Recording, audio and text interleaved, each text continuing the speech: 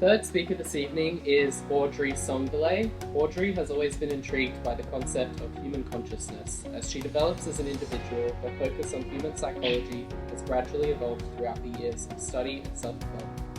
She cannot escape the fact that she struggles with herself. Who is she? It's always been a difficult question. Please welcome Audrey. Okay, this is my first time reading something I've written, so I'll just begin. For you, Ma had just moved us to a different state. I should know exactly. I'll say 14 days.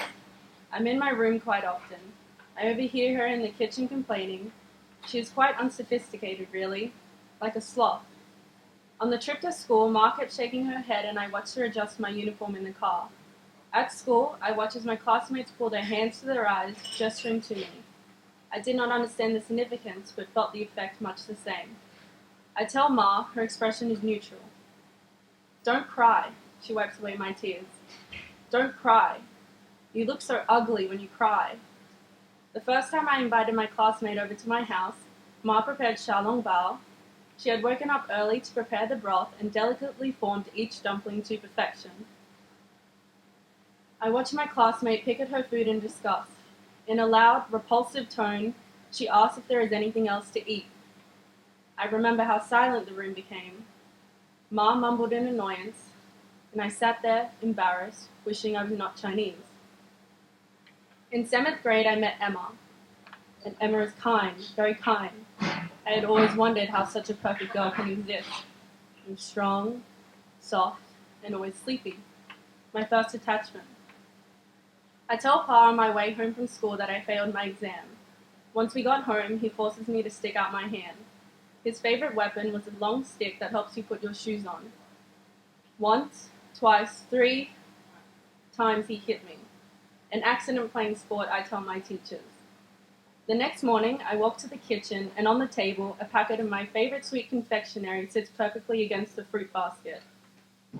We forget about yesterday, and once again, I was instructed to be in constant pursuit on receiving statistically significant results. My fear of unrequited love was dismissed when I met my first girlfriend. Under Ma's scornful eye, I promised her we were just friends. The assumptions were there. I could feel myself growing anxious. Ma, I'm gay. I had confirmed her suspicion. Ma tells me I bring shame to my family name, but all I see is fear in her eyes. The only thing that mattered were the opinion of aunties and uncles she did not like, yet craved validation from. Fulfilled with the embarrassment of failure, she leaves me alone to cry. And all I can think to myself is, don't cry, don't cry. I look so ugly when I cry. Ma, did you know you possess the ability to destroy the foundation we built as a family, but the desire to claim you hurt nothing? Coming out was met with snickering remarks of, you eat pussy, correlating to, I thought you ate dog.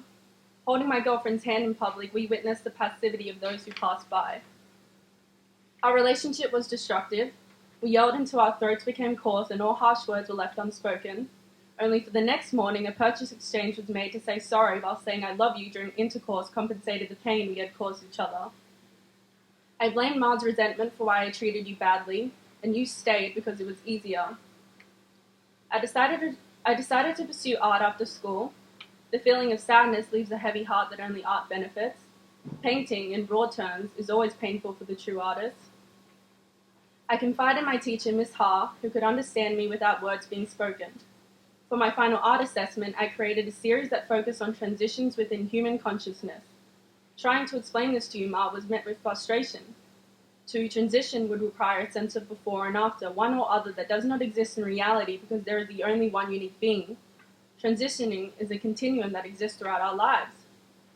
You stayed quiet and walked away. Did you listen, Ma? Miss Ha tells me we are not our parents, we make our own choices. The fact you can be objective about others and yourself is all the proof you need. She has an intense gaze, and I was pulled deeper into discovering my own personal endeavor. To stay sensitive, creative, and an empathetic human being creates a whole powerful life ahead. Alchemy, like science experiments, has many variables just as personality and psychology has. My piece was selected for an exhibition. I went alone, not expecting you to show up, Ma. But as soon as I saw the back of your head, I knew it was you. We made eye contact. You approached me slowly, and we stood side by side in the gallery watching my work. Forever ago.